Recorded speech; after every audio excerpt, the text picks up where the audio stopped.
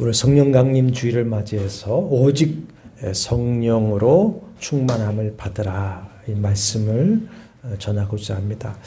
교회력을 따라서 오늘은 성령 강림 주일이죠. 예수께서 승천하신 후 마가의 다락방에 모인 120여 성도에게 성령께서 오심을 기념하는 절기입니다. 성령 강림 주일은 구소삭적으로 볼 때에 성탄절이나 부활절 못지않게 아주 중요한 절기입니다. 왜냐? 성령이 오심을 통해 비로소 신약의 교회가 탄생했습니다. 성령이 오심을 통해 사실상 우리 개인의 구원의 역사도 시작되었기 때문에 성령 강림은 매우 중요한 사건이죠. 그러나 성령님이 사도행전 2장의 마가의 다락방에 처음으로 이 땅에 임하신 것은 아닙니다. 성령은 영원부터 삼위일체 하나님이십니다. 아멘이시죠? 성부의 영이시고 성자의 영이십니다. 창세기 1장 2절에 보면 태초에 하나님께서 천지를 창조하실 때에 하나님의 영, 성령은 수면 위에 운행하시면서 하나님이 말씀하신 대로 창조의 역사를 운행하신 분이시죠. 그리고 모든 만물을 섭리하시는 분이 성령이십니다. 섭리라고 하는 것은 제가 반복해서 말씀드리지만 창조하신 모든 만물과 역사와 우리 개인의 삶이 하나님이 뜻대로 되어지도록 보존하시고 협력하시고 통치하시는 행위를 섭리라고 하는데, 그 모든 섭리를 누가 하십니까? 성령이 하신다. 그리고 구약에서는 하나님께서 특정한 인물을 사용하실 때에 성령이 임하셔서 감화감동하시고 말씀을 주시고 영적 은사와 재능과 능력을 주셔서 사용하셨습니다. 민수기 11장에 보면 출애굽한 후 광야 생활을 할 때에 백성들이 늘 원방 불평하며 모세를 대적합니다. 그런 많은 백성들을 모세 혼자 다스릴 수가 없어서 마음고생이 이만저만이 아닙니다. 그래서 차라리 하나님, 나를 죽여서 이 고난 당하지 않기를 원합니다. 이렇게 호소를 하자 하나님께서 각 지파에서 70인의 장로를 세우게 하시죠. 24절, 25절에 보면 장로 70인을 모아 성소에 둘러 세우매, 그러니까 성전에 둘러 세우매 여호와께서 구름 가운데 강림하사 모세에게 말씀하시고 그에게 임하신 영을 70장로에게도 임하게 하시니 성령이 임하실 때에 그 70장로들이 예언을 하다가 다시는 하지 아니하였다 그렇습니다. 그런데 그 70장로의 명단에는 올랐지만 그 성소 모임에 나가지 않고 자기 천막에 있던 두 사람이 있습니다. 엘작과 메다시. 자기 천막에 있었음에도 불구하고 성령이 임하셔서 예언을 하게 됩니다. 그 소식을 듣고 70인 장로 중에 한 사람인 여호수아가 모세에게 그들로 예언하지 못하게 하십시다. 이렇게 하니까 모세가 뭐라고 하느냐, 29절에 여호와께서 그의 영을 그 모든 백성에게 주사, 그 모든 백성에게 주사 다 선지자 되게 하시기를 원하노라. 그런데 오랜 후에 선지자들을 통해서 내가 내 영을 만민에게, 모든 육체에게 부어줄 것이다 말씀을 하시고 내 영을 너희 속에 두어 너희로 내 율례를 행하게 하리라 말씀을 하십니다. 모세가 모든 백성이 하나님의 영을 받아 선지자 되기를 원한다. 선지자들을 통해서 내가 모든 육체에 부어주겠다고 하신 그 성령께서 이제 예수 그리스도를 믿고 영접한 모든 성도의 육체를 성전 삼아 거하시기 위하여 오셔서 내주 임마누엘하기 시작하셨다 하는 의미에서 성령 강림 주일은 부활주일이나 성탄절 못지않게 중요하고 강조되어야 할 날인 것이죠. 사랑하는 여러분, 생각해 보십시오. 거룩하신 하나님께서 죄인인 인간에게 오셔서 내주하시고 임마누엘 하신다는 것처럼 놀랍고 신비롭고 상상할 수 없는 은총이 어디 있겠습니까? 그 은총의 시작의 날이 성령 강림절이니 중요하지 않을 수가 없는 것이죠. 성령께서 우리에게 오셔서 하시는 사역은 네 가지로 정리할 수 있습니다. 먼저는 중생과 믿음입니다. 생명과 창조의 영이신 성령께서 하나님이 택하신 자에게 임하셔서 허물과 죄로 죽은 그 영혼을 살리십니다. 영혼을 살려놓고 보니까 하나님과 자기의 상태를 보고 알게 되죠. 허물과 죄로 죽었을 때는 보지 못했습니다. 알지 못했습니다. 성령이 보게 하시는 것이죠. 알게 하시는 것이죠.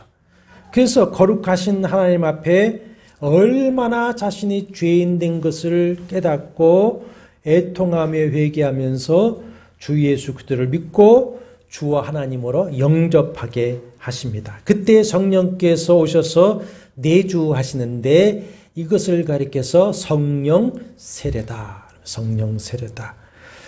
둘째는 성령의 열매를 맺게 하십니다.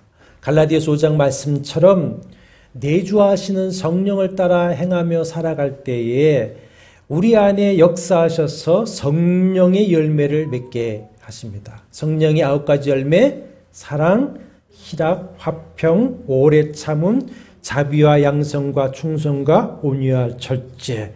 이거 누구의 성품이죠? 성령의 성품, 곧 하나님의 성품을 맺게 하시는 것입니다. 그러니까 성령의 사람들, 예수의 사람들은 성품이 변화되어야 됩니다. 세 번째는 은사로 역사하십니다. 하나님께서는 원래 각 사람에게 각각 재능을 주어 태어나게 하셨죠.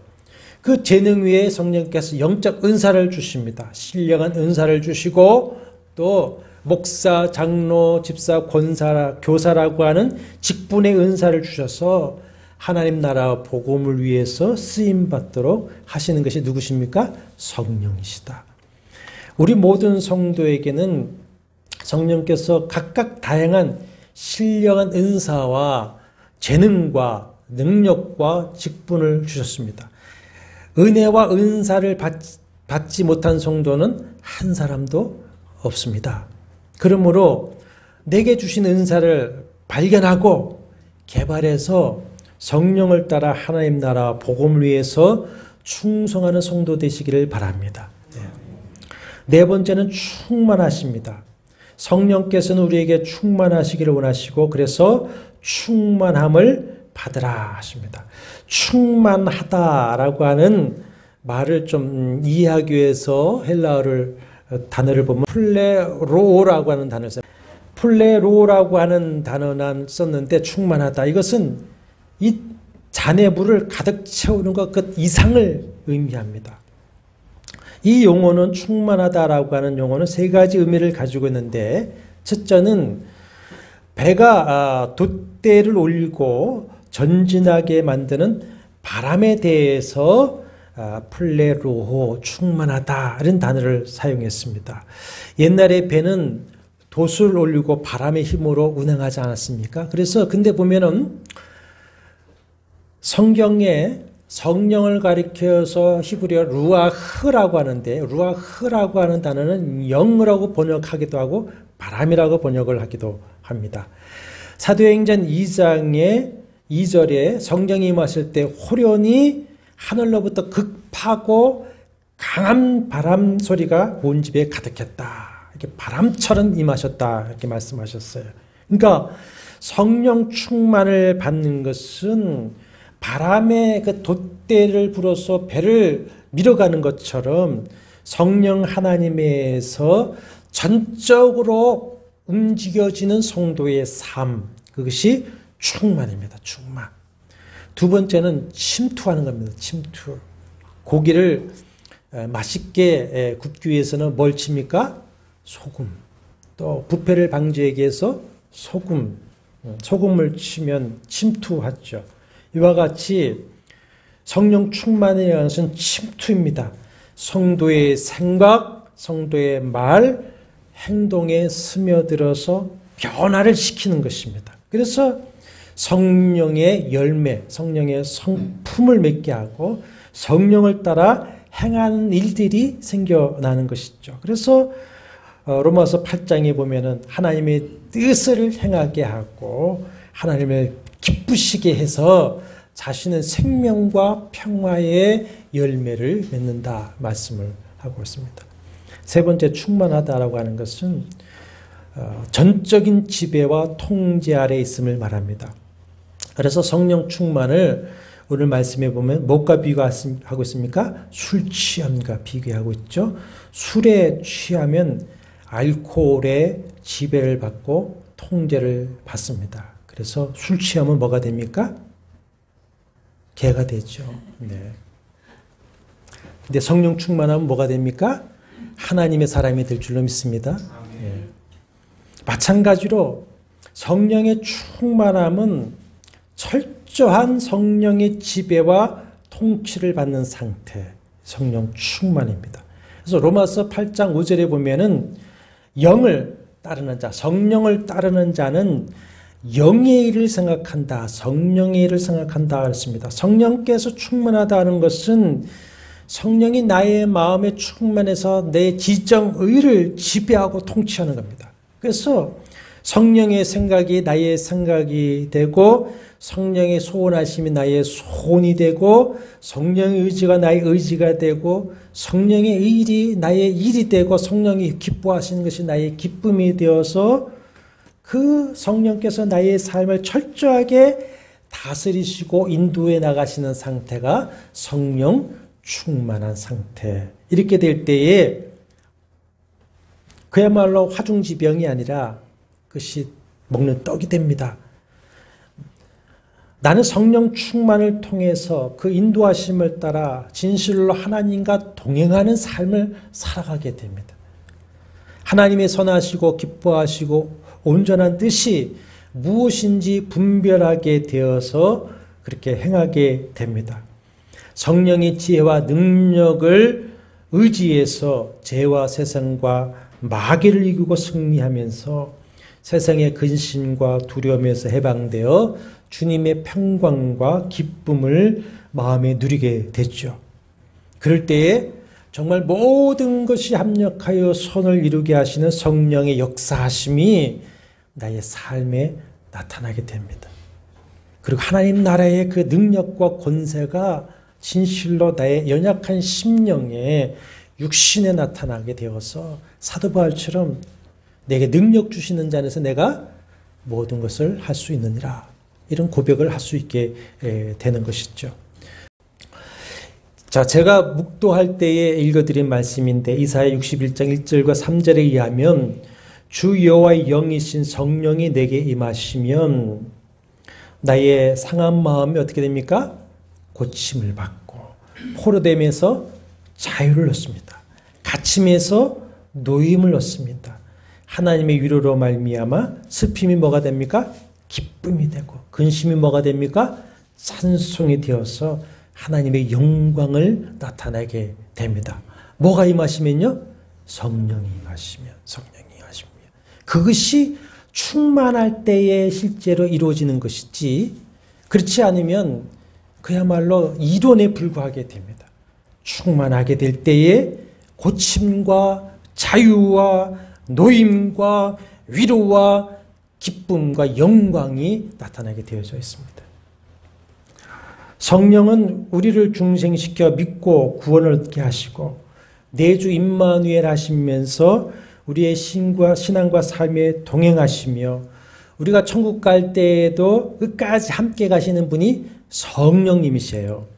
하나님께서 나는 알파와 오메가라 하시고 그리스도께서도 나는 알파와 오메가요 처음과 마지막이요 시작과 마침이라고 하셨듯이 삼위일체 하나님 성령님도 성도의 구원의 시작과 마침입니다. 시작과 마침.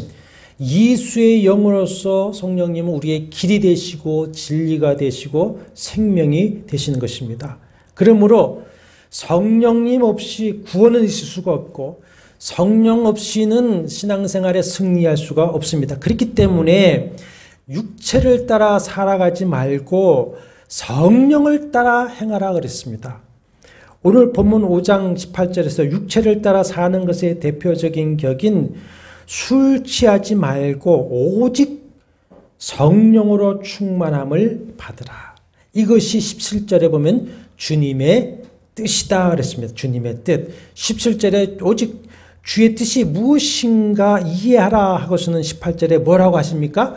오직 성령으로 충만함을 받으라. 이렇게 말씀을 하고 있습니다. 오직 성령으로 충만함을 받으라는 말씀에는 어떤 의미가 있는가?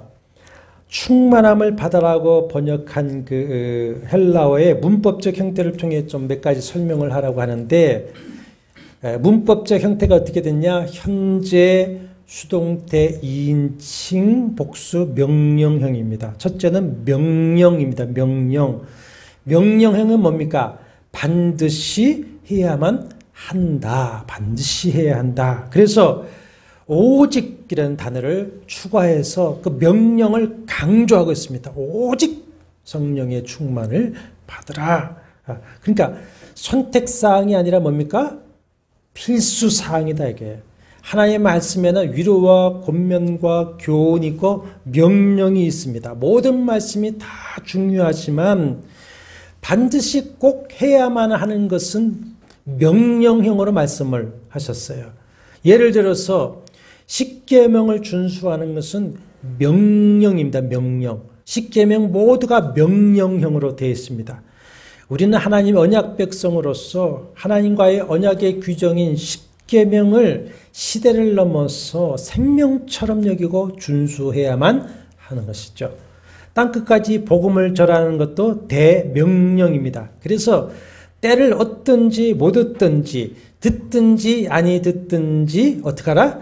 전하라 하셨어요. 그래서 저도 듣든지 아니 듣든지 조시든지 주무시든지 잘 들으시든지 전하는 겁니다. 성령 충만도 모든 성도에게 하신 하나님의 명령의 명령, 선택의 여지가 없이 반드시 무조건 성령 충만을 받아야 한다는 하나님의 준엄하신 뭡니까? 뜻이요 명령입니다. 뜻이요 명령. 17절에는 뜻이다고 해놓고는 18절에는 뭐합니까? 명령입니다. 명령. 성령으로 중생하고 구원받고 성령 세례를 받는 것으로 우리가 만족해서는 안 됩니다. 구원받는 것으로 만족해서는 안 됩니다. 충만해야 됩니다. 중생하고 구원받는 것, 성령 세례를 통해 성령이 내주하시는 것은 시작에 불과한 겁니다. 이건 태어나는 것이에요. 근데 보십시오. 우리가 다 지금 부모이신데 자식을 낳고는 그 자식이 태어난 것이 얼마나 기쁘고 감사합니까? 그런데 거기에 머물길 원합니까? 아니지요. 몸이 자라고 인격이 성숙해지고 사람으로서 제 몫을 하는 자식이 되기를 원하지 않습니까? 마찬가지로 우리가 하나님의 자녀로 태어나는 것으로 만족해서는 안 되고요. 구원받는 것으로 만족해서는 안 되고요. 나는 믿었으니까 천국 가겠다는 것으로 만족해서는 안 되고요. 살아야 하고 누려야 하고 승리해야 되고 사명을 감당해야 될 줄로 믿습니다. 그러기 위해서 주님께서 무엇을 명령하십니까? 성령의 충만을 받아야 된다. 오직 성령으로 충만함을 받으라. 명령입니다. 명령. 둘째는 이 말은 현재형입니다. 현재. 현재형은 뭡니까? 그 상태가 계속 지속되어야 한다는 것이에요. 성령 충만한 상태가 천국 가는 그날까지 지속되어야만 한다는 현재 명령형입니다. 성령 충만은 언제나 성령 세례와 비교가 됐죠. 성령 세례가 설명되는 것처럼 구원을 받는 것이라면 충만은 성숙입니다. 성숙. 성령 세례가 하나님의 자녀되는 신분을 얻는 것이라면 충만은 수준입니다. 수준. 성령 세례가 영적 갓난 아이를 말한다면 충만은 성숙한 어른을 의미합니다. 성령 세례는 과거의 단회적입니다. 단회적. 성령으로의 세례를 받아 중생하고 믿고 구원을 받는 것은 단 한 번의 사건이에요. 한 번. 믿는 자에게는 단 한 번의 사건, 과거의 일입니다. 그것은 진실로 예수를 주와 하나님으로 믿고 영접했다는 것이 전제되겠죠. 그 전제가 되었다면 한 번 예수를 영접하면 더 이상 예수를 영접하지 않아도 됩니다. 한 번 세례를 받았으면 다시 세례받을 일이 없습니다. 한 번 주님을 믿고 고백하면 하나님의 자녀가 되었고 그 하나님과의 자녀의 관계가 깨어질 수 있습니까? 없습니까? 없습니다. 사람의 자녀와 부모의 관계도 그렇지 못하는데 어떻게 하나님과 자녀의 관계가 그럴 수 있습니까? 절대 그렇지 않습니다. 한 번 주님을 믿으면 과거, 현재, 미래의 모든 죄의 용서함이 약속되어지는 것이고 로마서 8장 1절 결코 정죄함이 있습니까? 없습니까? 없습니다. 한 번 임마누엘 하신 성령님은 결코 떠나지 아니하십니다. 그러나 충만은 세례와 달라요. 충만은 한 번으로 끝나는 것이 아니고 한 번 충만했다고 그것이 평생 지속되는 것이 아닙니다. 물이 또 바닥나면 채워야 하고 배터리가 소모되면 충전돼야 하는 것처럼 성령 세례 이후에 성령 세례를 받을 때에 충만함을 체험하는 분도 있고 그렇지 못한 분도 있지만은 성령 세례를 받을 때 충만을 하게 돼 있어요. 그러나 한번 성령 충만을 체험했다고 그 충만이 지속되는 것이 아닙니다. 현재 지속적으로 계속해서 성령 충만을 받아야 한다는 것이 현재 명령형입니다. 그래서 우리가 성령을 간구할 때마다 뭐라고 기도합니까? 주님, 성령님 오시옵소서. 충만하여 주옵소서. 이렇게 반복해서 기도하는 것이죠. 우리가 성령 충만을 체험할 때에 구원의 확신을 갖게 되죠. 구원의 그 은혜와 감격을 가질 수가 있습니다. 그러나 그 충만함이 지속이 되지 않으면 누구든지 다 넘어질 수가 있어요. 사도행전 초대교회 예루살렘 교회에서 찾아볼 수가 있습니다. 오순절날 120명의 성도가 모두 다 성령 세례와 동시에 성령 충만을 받고 탄생한 교회가 예루살렘 교회이죠. 그래서 성령의 능력과 권세가 나타나서 날마다 믿는 자의 수가 더해지고 그야말로 유물상통까지 하는 하나님 나라 천국의 모형이 이루어지게 됩니다. 근데 시간이 지나면서 무슨 사건들이 납니까? 아나니와 삽비라와 같은 사건이 나옵니다. 헬라파, 히브리파 갈등과 분열, 다툼이 일어나게 됩니다. 그것은 뭡니까? 처음 성령 충만이 지속되지 않았다고 하는 것이죠. 그러므로 성도 개인이나 교회가 지속적으로 성령 충만을 받는 현재가 되어야 한다는 것입니다. 그래서 성령 충만 받는 현재입니다. 현재. 셋째는 2인칭 복수형입니다. 사도행전 2장 1절과 4절에 성령 충만을 받을 때의 기록을 보시면 사도행전 1장 1절에서 4절 오순절 날이 이미 이르매 그들이 다 같이 한 곳에 모였더니 호련히 하늘로부터 급하고 강한 바람 같은 소리가 있어 그들이 앉은 온 집에 가득하며 마치 불의 혀처럼 갈라지는 것들이 그들에게 보여 각 사람 위에 하나씩 있더니 그들이 다 성령의 충만함을 받았더라. 각 개인이 성령 세례, 성령 충만을 받았지만 동시에 교회 공동체 전체가 다 성령의 충만함을 받았습니다.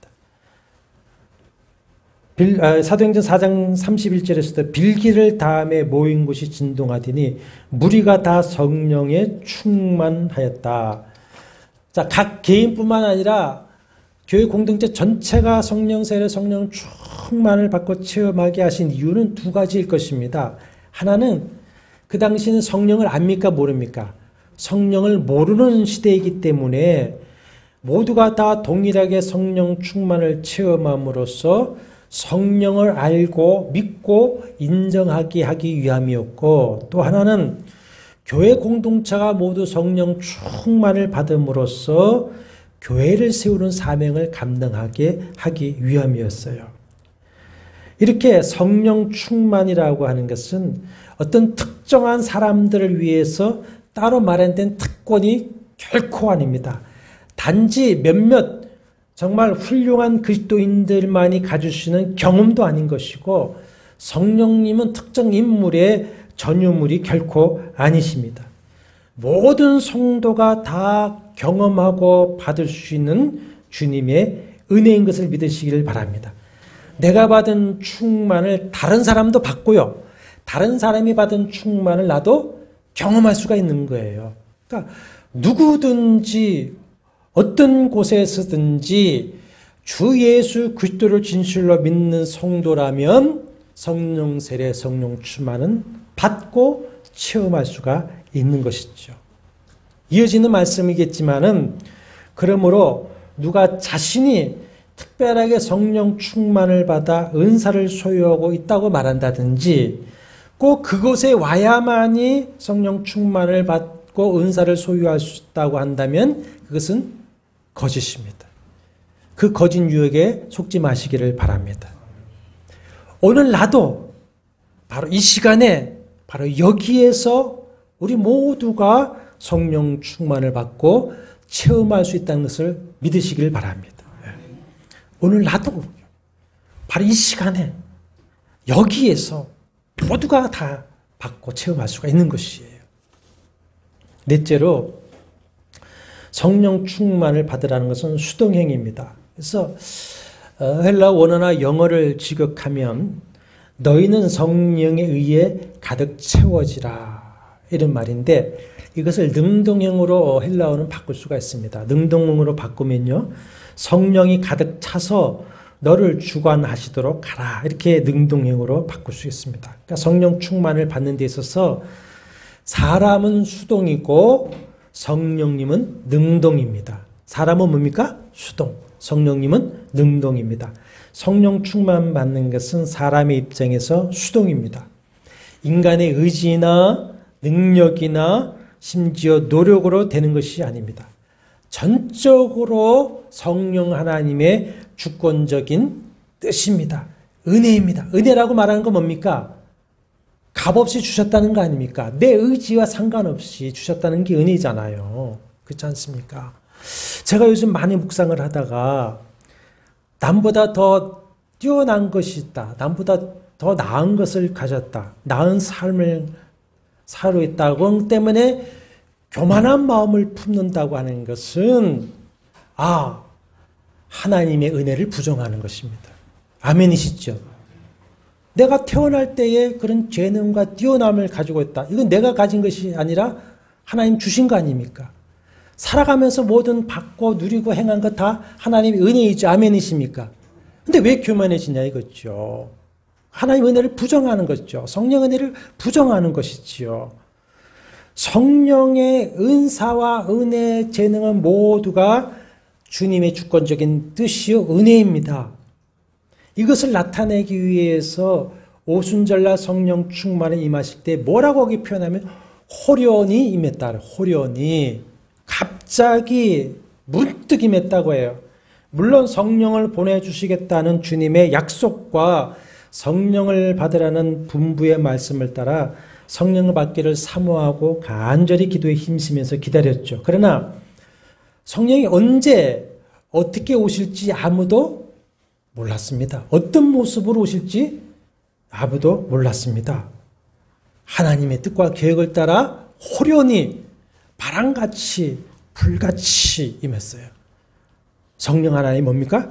주권적인 은혜다라고 하는 것을 강조하기 위해서 호련히 바람같이 불같이 임했다, 이렇게 표현을 하신 거예요. 만약에 우리가 그렇게 되기를 원하면서도 그렇게 되면 안 되는 것이 있습니다. 사람이 기도해서 기도한 대로 다 된다고 한번 생각해 보십시오. 기도했더니 내가 원하는 대로, 원하는 때에, 원하는 방식, 원하는 모습으로 다 기도가 이루어지고 내가 기도했더니 성령이 오셔서 역사하신다고 생각을 해 보십시오. 자, 그러면 마음이 점점 커져서 누가 하나님이 되고 누가 종이 되겠습니까? 누가 주권자가 되고 누가 종이 되겠습니까? 내가 기도했더니 마음이 교만해지면서 다 나중엔 누가 됩니까? 내가 하나님이 되는 겁니다. 내가 하나님. 예. 자, 그래서 뭐가 되는가? 이단이 되어가는 거예요. 이단이. 인간 스스로는 성령 충만하지 못합니다. 은사주의 교회나 이단 교회들을 보면 무슨 뭐 광고에 보면 은사학교, 예언학교 등을 내세워서 은사, 예언, 방언을 배우고 받는다고 하는데 성령님은 배워서 충만할 수도 없는 것이고요. 성령 충만을 위한 어떤 기술이나 방법도 없습니다. 성령의 은사는 배워서 얻는 게 아닙니다. 나의 원함으로 되는 것도 아닙니다. 오직 성령 하나님께서 하나님이신 그분의 주권과 뜻을 따라서 우리에게 충만하셔야만 합니다. 주셔야만 합니다. 아멘이십니까? 사람은 성령을 지배하거나 성령께 명령할 수가 없습니다. 성령 모독이겠죠. 성령 해방이 되겠죠. 그런데 오늘날 소위 옛날부터 은사주의자들, 요즘엔 신사도주의자들은 성령과 은사가 마치 자신의 전유물처럼 생각을 해서 자신이 명령을 따르는 불의한 영으로 착각을 하는 것 같아요. 착각을 하는 건지 거짓말하는 건지 둘 중에 하나겠죠. 착각하든지 거짓말하든지 둘 중에 하나일 겁니다. 그래서 뭐 성령 충만 받아라 선포를 한다든지 내가 기도하면 성령 충만 받고 뭐 방언 받고 은사 받고 자신의 기도하면은 뭐 병 고침을 받고 자신에게서 성령과 은사가 나가는 것 같은 행동과 소리를 하는데 하면서 자기 은사를 배우라고 합니다. 여러분 성령의 임파테이션 전에도 말씀하셨어요. 성령의 전이라고 하는 것은 무당강신굿하는 겁니다. 성령 임파테이션은 없습니다. 그것은 이 교회의 귀신짓거리가 하는 것입니다. 성령의 이름으로 이방의 귀신짓거리를 하는 겁니다. 성령의 은사, 성령의 충만한 임파테이션이 있을 수가 없습니다. 성령의 임하심과 은사 주심은 다시 말씀드리지만 하나님이신 그분의 오직 주권적인 뜻입니다. 임의의 뜻입니다. 마음대로입니다. 은혜입니다.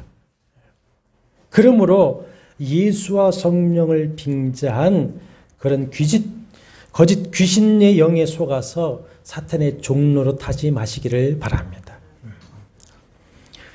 오직 충만함과 치유와 회복과 부흥은 오직 성령의 은혜의 역사입니다. 세상 일, 세상 삶은 바벨탑처럼 쌓을 수 있습니다. 교회도 바벨탑처럼 쌓을 수가 있습니다. 세상 경영 방법, 세상 수당 방법 동원해서 교회를 크게 세울 수가 있습니다. 바벨탑처럼. 그러나 그 바벨탑을 보십시오.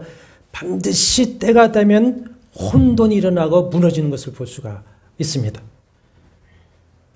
세상 일이나 세상 방법은 그렇게 할 수 있지만 하나님의 구원, 하나님의 일은 성령이 아니면 될 수가 없는 것이고 성령이 하시지 않은 것은 아무것도 아닙니다. 힘으로 되지 아니하고 능력으로 되지 아니하고 무엇으로 됩니까? 오직 나의 영으로 되는 일을 하셨습니다. 그렇기 때문에 성령님은 성도의 알파와 오메가이십니다. 여기에 우리가 날마다 성령의 충만을 구해받아야 하는 이유가 있는 것이죠. 그러면 어떻게 우리가 성령 충만을 받기 위해서 어떻게 해야 될 것이냐? 자, 주시는 것은 성령의 주권적인 뜻에 따라 주시는 수동적인 은혜이지만 받을 그릇을 준비하는 일은 우리 사람의 능동적인 행위가 있어야 하는 것이죠. 예수께서 승천하시면서 제자들에게 예루살렘을 떠나지 말고 아버지께서 약속하신 것을 기다리라. 성령으로 세례를 받으리라 하셨습니다. 말씀처럼 성령을 사모하고 성령을 기다려야 합니다. 근데 그 주의 은혜는 언제나 사모하는 곳에 임합니다. 사모하는 곳에. 다윗이 시편 42편에 하나님이여 사심이 시냇물을 찾기에 갈급함같이 내 영혼이 주를 찾기에 갈급하나이다. 내 영혼이 하나님 곧 살아계시는 하나님을 갈망하오니 내가 어느 때에 나가서 하나님의 얼굴을 배울까. 목이 말라 다 죽을 때 물을 찾아 헐떡이는 것처럼 그런 중심과 뜻을 가지고 주의 은혜를 사모하는 성도에게 하나님은 성령 충만을 주실 줄로 믿습니다. 그렇게 사모하고 기다려야 됩니다. 기다려요. 농부가 땅을 갈고 단비를 기다리고 땀 흘려 씨를 뿌리고 열매를 기다리듯이 하나님을 기다리시고 성령 충만을 기다리셔야 됩니다. 은혜를 기다려야 됩니다. 저는 신앙생활 하면서 제일 힘든 것이 기다림인 것 같아요. 인내인 것 같아요. 이것보다 힘든 거 없는 것 같아요. 그러나 그 고통스럽고 힘든 것이 없지만은 그래서 중간에 포기하고 낙심하고 싶을 때도 있지만은 그러나 끝까지 참고 인내하고 기다리면 약속하신 것을 받게 될 줄로 믿습니다. 시편 40편 1절 내가 여호와를 기다리고 기다렸더니 귀를 기울이사 나의 부르짖음을 들으셨도다. 시편 126편 6절 울며 씨를 뿌리러 나가는 자는 반드시 기쁨으로 그 곡식단을 가지고 돌아오리라. 반드시 은혜 주시고 성령 충만함을 주실 것을 믿고 기다리시기를 바랍니다. 근데 주신다고 했으니 주시겠지 하면 안 됐죠. 간절히 기도하라고 했었습니다. 에스겔 36장 36절 37절에 이스라엘의 회복을 약속하시면서 하시는 말씀이 나 여호와가 말하였으니 이루리라. 주 여호와께서 이같이 말씀하시느니라. 그래도 이스라엘 족속이 이같이 자기들에게 이루어 주시기를 내게 구하여야 할지니라. 예수께서 승천하시면서 아버지께서 약속하신 것을 기다리라. 성령을 세례로 받으리라 하셨습니다. 그러자 제자들은 성령을 사모하며 기다리는데 그냥 약속하셨으니 주실 것이야 라고 기다리지 아니하고 모든 사람이 어떻게 했습니까? 더불어 마음을 같이하여 오로지 기도에 힘쓰더라. 그리고 그날도 다 같이 한 곳에 모여서 기도하기에 힘쓸 때에 호련히 충만하게 임하셨어요. 언제 오실지 모르지만 그렇기 때문에 열심히 모여서 사모하고 기도하고 기다렸더니 빌기를 마침에 그랬어요. 빌기를 마침에 충만하셨다 그랬습니다. 주님은 기도 외에는 이룬 자가 나갈 수가 없다 했습니다. 기도 외에는 없습니다. 여러분 우리가 기도한다는 건 뭡니까? 사모한다는 것이죠. 기도하는 건 뭡니까? 기다리는 것입니다. 기도하는 것은 믿는다는 것입니다. 기도하는 것은 은혜를 구하는 겁니다. 성령 충만은 주님의 주권적이고 임의의 은혜이지만 그러나 뭐 해야 됩니까? 사모하고 인내로 기도하고 오직 은혜를 기다려야 하는 것입니다. 누가복음 11장에 예수께서 기도를 가르치실 때 찾고 구하고 두드리라 하셨어요. 찾고 구하고 두드리는 기도에 대해서 가르치시면서 뭐라고 결론을 맺으시냐? 너희가 악할지라도 좋은 것을 자식에게 줄 줄 알거든 하물며 너희 하늘 아버지께서 구하는 자에게 뭘 주시지 않겠느냐? 성령을 주시지 않겠느냐. 뭘 찾고 구하고 두드리라 말씀하십니까? 성령. 성령이 아니면요 아무것도 아닙니다. 우리는 성령이 아니면요 할 수 없습니다. 그래서 사모하며 간절히 기도할 때 해서 성령 충만을 받아야 됩니다. 우리가 왜 기도해야 되는지, 성도에게 기도란 무엇인지, 기도의 이유와 의미를 알 수가 있습니다. 그러나 기도할 때에 먼저 회개하고 죄사함을 받아야 됩니다. 오순절 성령 충만 받은 성도들이 외치죠. 너희가 십자가에 못 박은 그 예수를 하나님이 주와 그리스도가 되게 하셨다. 너희가 그리스도를 십자가 못 박아 죽였다. 그러니까 그 말을 듣고 모든 마음의 찔림을 받습니다. 그것도 성령이 하신 것이죠. 그래서 형제들아 우리가 어찌하면 좋겠느냐 했을 때에 베드로가 뭘 했습니까? 너희가 회개하고 예수 그리스도의 이름으로 세례를 받고 제사함을 받아라. 그리하면 성령을 선물로 받으리라. 성령은 시편 51편에 보면은 다윗이 밧세바와의 그 죄를 회개하는 그 기도문이 쭉 나오는데 아주 처절하게 회개하죠. 주님, 나의 죄를 씻어주세요. 나의 죄를 좀 지워주세요. 나를 제발 주님 앞에서 쫓아내지 마세요. 그리고 주의 성령을 내게서 거두지 마세요. 그럽니다. 주의 성령을 내게서 거두지 마세요. 성령이 없으면 아무것도 아닌 것이 되니까 내 죄를 제발 용서해 주시고요. 쫓아내지 마시고요. 성령을 거두지 말아주세요. 그렇게 간구합니다. 성령 거룩한 영, 성결의 영이기 때문에 회개하지 않고 제사함 받지 않는 심령에 충만하실 수가 없습니다. 성령이 내주하시죠. 그러나 우리 안에서 뭘 하십니까? 그렇지 못할 때 탄식하시죠.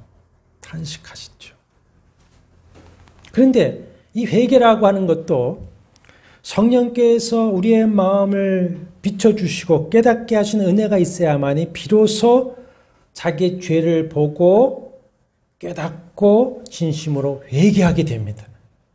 그래서 우리가 먼저 기도할 때 뭘 먼저 구해야 됩니까? 성령의 은혜를 구해야 됩니다. 성령께서 조명해 주셔서 내 모든 죄와 허물, 교만, 욕심을 보고 깨닫고 회개하고 간구할 수 있게 주옵소서. 그래야 성령 충만을 받게 되는 겁니다. 말씀을 맺습니다. 성령 충만을 가리켜서 제2의 축복이라고 하는데 이 제2의 축복이라고 이끄는 성령 충만의 이 귀한 선물을 우리가 모르고 그것을 누리지 못한다고 하는 것은 우리의 손해요, 불행이지요. 그래서 조금 전에 말씀드렸듯이 다윗도 죄를 회개하면서 다른 거 구하지 아니하고 뭘 구합니까? 주의 성령을 내게서 거두지 말아 주십시오. 성령만 있으면 되니까요. 아멘이십니까? 하나님은 우리로 하여금 행복한 성도, 승리하는 그리스도인, 사명한 감당하는 교회가 되기를 원하고 있습니다. 그래서 뭐라고 명령하십니까? 오직 성령으로 충만함을 받으라. 명령이요, 현재요, 복수요, 수동행입니다. 성령 강림주의를 보내면서 이 말씀을 우리의 마음판에 영원히 새겨서 날마다 성령으로 충만함을 구하여 받고 성령의 자유케 하심, 성령의 치유케 하심, 성령의 위로하심, 성령의 능력, 성령의 권능으로 승리하시면서 하나님 나라 사명을 감당하는 성도가 되시고 우리 교회가 되어지기를 주의 이름으로 축원합니다. 성령이 아니시면 아무것도 할 수가 없고 성령이 계시지 아니면 나는 아무것도 아니기 때문에 성령의 은혜를 구하오니 성령이 오시옵소서. 다시 충만하여 주시옵소서. 나의 허물과 죄를 진실로 아파하며 회개하오니 주여 나의 죄를 용서하여 주시옵시고 주의 피로 씻으시고 정결케 하여 주셔서 내 안에 성령님 충만하여 주옵소서. 다시 자유함과 치유함과 능력과 권세와 강건함, 은사를 회복시켜 주셔서 주님 나라를 위해서 살게 하여 주옵소서. 남은 생에 어찌하든지 주님의 나라를 위해서 살기를 원합니다.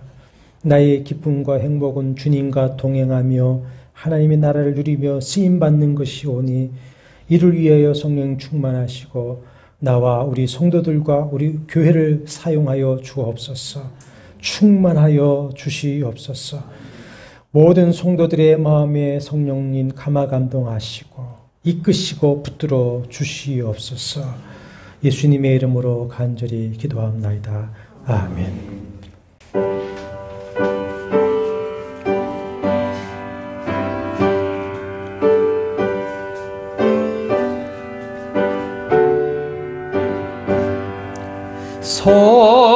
성령이여 강림하사 나를 가하시고 애통하며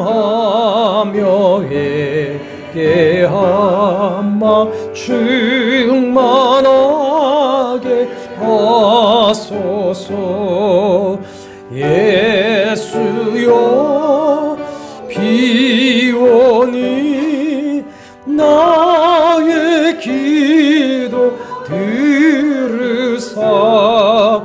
애통하며 충만하게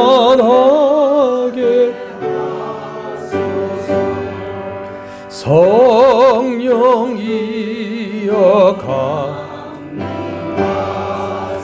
그 신 권능 주소서.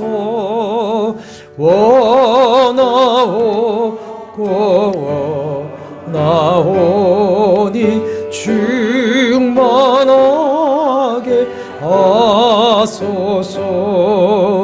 예수여 비오니 나의 기도 들으사 애통하며 회개하마 충만하게 하소서. 힘이 없고 연약하나 엎드려서 비오니 성령 강림하옵소서. 충만하여 하소서. 예수여 비오니 나의 기도 들으사 애통하며 회개하마 충만하게 하소서. 젊게 하고 위로하사 복을 받게 하소서.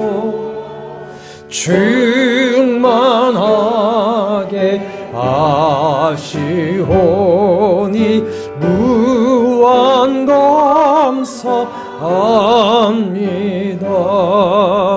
예수여 비오니 나의 기도 들으사 애통하며 회개하마 충만하게 하소서.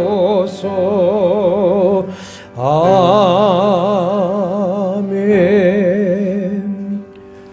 주 예수 그리스도의 은혜와 하나님의 사랑과 성령의 교통하심이 너희 무리와 함께 있을지어다. 아멘.